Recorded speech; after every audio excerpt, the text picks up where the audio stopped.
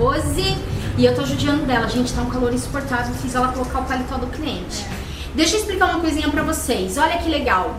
E a gente tem aqui no ateliê, o público masculino quando vem ficar aguardando as noivas ou aguardando as esposas, a gente tem o guia VIP de estilo.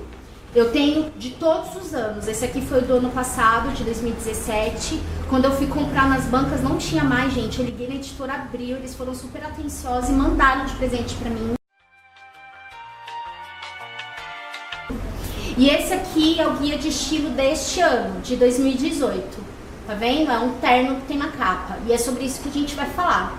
O estilo agora masculino, ele tá sempre puxando pro slim ou slim fit. Tati, o que é isso? São os ternos mais acinturados, ternos mais justinhos, ó. Isso aqui é o guia pra quem é homem, é metrosexual, que gosta bastante de estar na moda. Esse guia aqui é super bacana, ó. Ele fala de tudo, de combinações, de sapatos. Ele fica nas bancas geralmente até o fim de janeiro e depois some.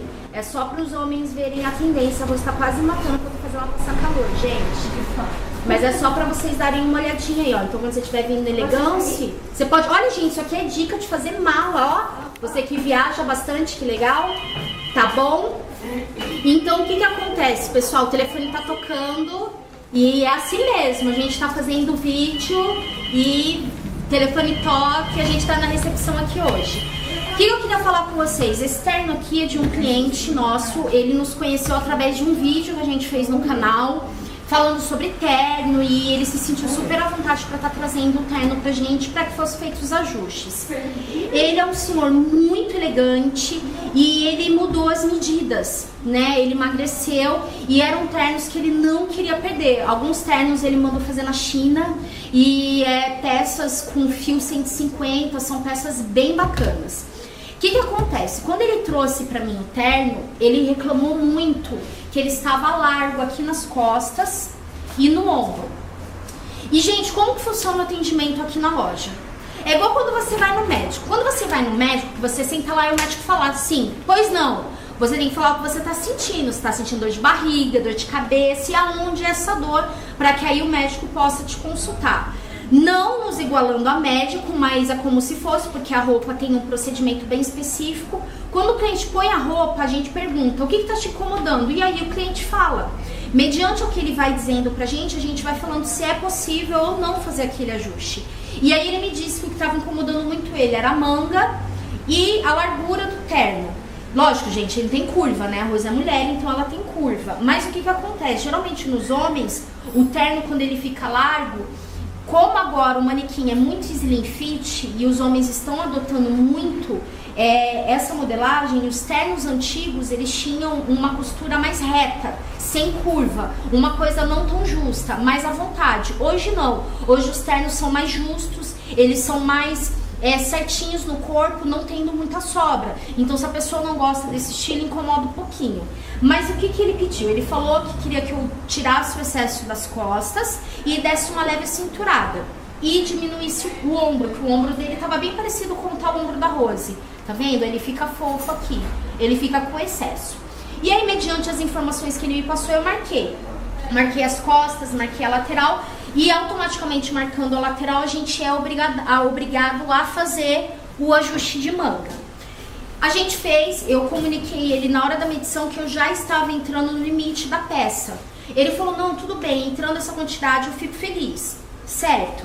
Aí a gente sempre marca uma prova para os clientes, né? O cliente vem, prova e a gente deixa as peças no alinhavo, assusta um pouquinho, às vezes o cliente vem, ele vê um acabamento ali todo manual, ele acha que o acabamento não foi feito ainda, mas é esse o procedimento. E ele pediu que fosse ajustado mais um pouco e acinturado. Aí a Rose que atendeu ele detectou que ficou um biquinho aqui, então a gente acaba aproveitando isso para fazer as correções. Mas o que acontece? Vou liberar a Rose aqui, gente, rapidinho, que a campainha tocou. O que incomodou ele quando ele veio fazer a primeira prova foi essa sobra, ó, aqui na frente. É uma sobra de quase 5 dedos que fica aqui no cliente, ó.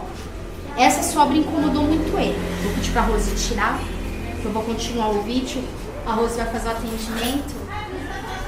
E o que acontece? Vou virar pra cá, porque a Rose consegue atender o nosso cliente. Essa peça. Vamos pra cá, gente. Tem que mudar tudo pra mudar de sala. Geralmente a gente faz os vídeos lá na sala das noivas, mas hoje eu quis fazer aqui pra vocês conhecerem um pouquinho do operacional. O que acontece com o terno? Ele veio colocar e ele achou que aqui, ó, ficou bastante folgado ainda, né? Ele fez assim, aqui ainda tá me incomodando. Como que o terno de alfaiataria é feito? Ele tem um processo no alfaiate. Ele tem, gente, todos os ternos, tá? Eles têm uma lapela, que é isso aqui, ó, é tipo uma linha. E eles têm um corte central, tem o corte lateral e os bolsos. Quando é confeccionado os paletós, hoje, no Slim Fit, essa lapela é mais estreita. Ela tem no máximo 4 centímetros, algumas até menos.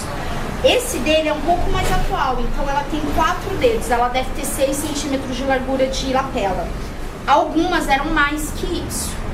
E todas as peças de alfaiataria, elas têm detalhes, tá vendo? Esse dele aqui, por exemplo, tem esse ponto pontilhado. Isso aqui é uma máquina que faz. Como nós não confeccionamos, nós não temos essa máquina à disposição do nosso cliente.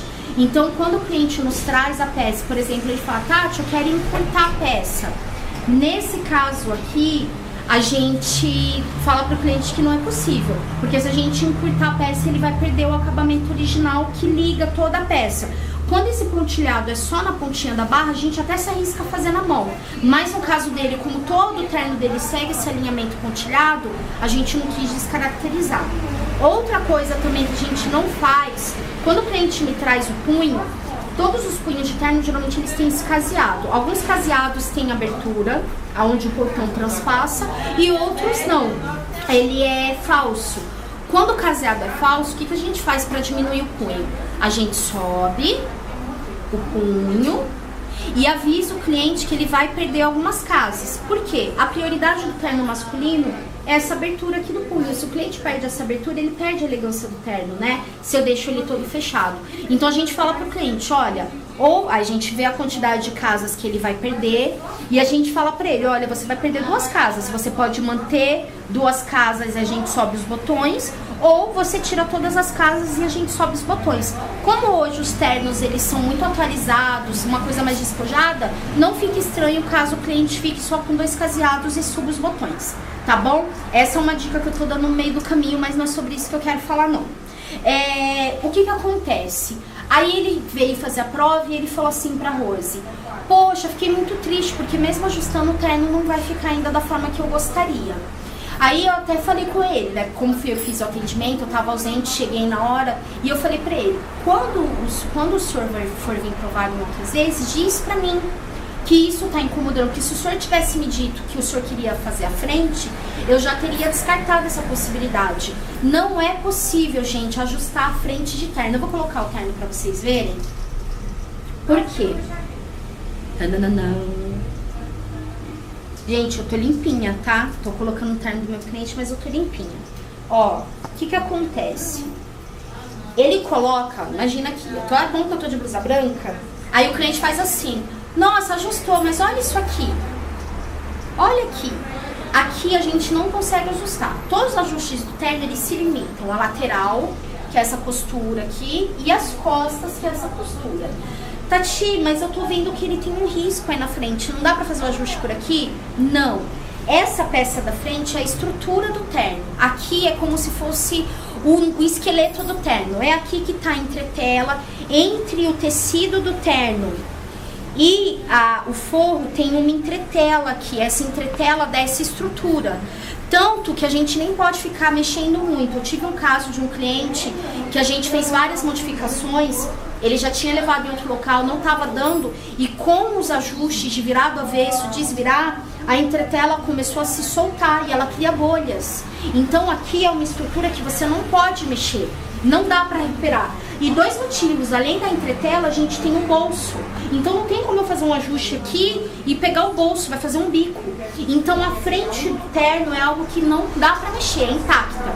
Em alguns casos, quando o incômodo é pouco, o que a gente sugere para o cliente, que foi o que eu sugeri para ele? Deslocar o botão, dá uma olhadinha aqui para mim, ó. O botão do terno, ele é bem centralizado, vocês estão vendo o alinhamento? Quando eu desloco esse botão pra cá, ó, ele desalinha. E aí ele já não é simétrico. Se o cliente ele prioriza essa simetria, isso vai ser algo que vai incomodar ele. Então, se você trouxer o seu terno para que a gente possa fazer o ajuste, se o seu caso é esse, Tati, o terno está largo e o que me incomoda é essa sobra na frente. Se a quantidade que eu for tirar nas costas tirar o excesso, ok. Mas se o que eu vou tirar aqui não te deixar feliz, não há o que ser feito. A gente aconselha você a providenciar outro terno.